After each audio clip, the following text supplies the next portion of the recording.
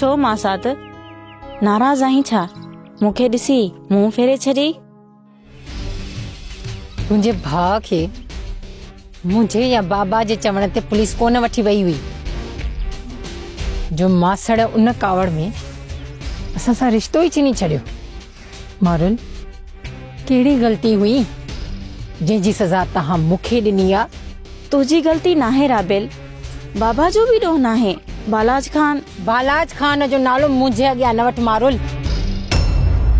इहो बालाज खान मूं समेत हर उन औरत जी इज्जत जो दुश्मन आहे जेका मूं वांगुरु लावारिस आहे। न बालाज खान जी जॾहिं बुख पूरी न थी त मासड़ जे सहारे मूं ते वार कयईं। तूं परेशान न थी, सब ठीक थी वेंदो राबेल। हड़ विञाए जे होश में आयो त छा थियो मारुल? कुछ भी नाहे विञायो राबेल। अदा मल्हार ईंदो त पाणे ई बाबा खे समझाईंदो। हाणे भली मासड़ खे समझाए साॻे पेर ते आणियो, पर मुंहिंजे दिल में अहिड़ी का बि ख़्वाहिश कोन्हे त मुंहिंजी मासात मल्हार सां शादी थिए मारुल। इहो त अल्लाह जो शुक्र आहे मारुल जो मुंहिंजे बाबा खे मूं ते यकीन आहे ऐं मूंसां साॻी मोहबत थो करे। मूंखे सॼी ज़िंदगी घर में विहारे खाराए सघे थो। हाणे वञी तव्हां पंहिंजे भाउ जे लाइ का वञी ॿी कुंवार ॻोल्हियो जेका बालाज खान तव्हांखे खीर जीअं अची करे ॾे। हाणे रस्तो ॾे त मां वञा। मां मञा थी त बाबा जे रवैये तोखे रंजायो आहे, पर छा मारुल? ॿुधाए न, पर छा? बालाज खान जा मेणा मासड़ मूंखे ॾिना आहिनि।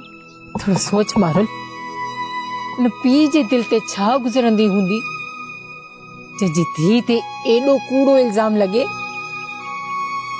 त उन जी धीउ जो रिश्तो इन जे करे ख़त्म थो कयो वञे जो उन जी धीउ बालाज खान जी पसंदि आहे।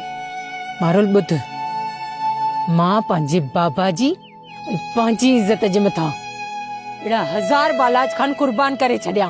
राबेल, बाबा जी गलती आहे, पर तू त जज़्बाती न थी। तू जे कावड़ कंदीअ त रिश्तनि में विछोटियूं वधी वेंदियूं। खाक में त मिलाए छॾियो अथव सभिनी रिश्तनि खे। वाह जो मान ॾिनो अथव असांजी माइटी खे मारुल। अञा बि का कसर रहिजी वई आहे छा जेका पूरी करणी आहे मासड़ खे? बस हाणे घणो थियो मारुल।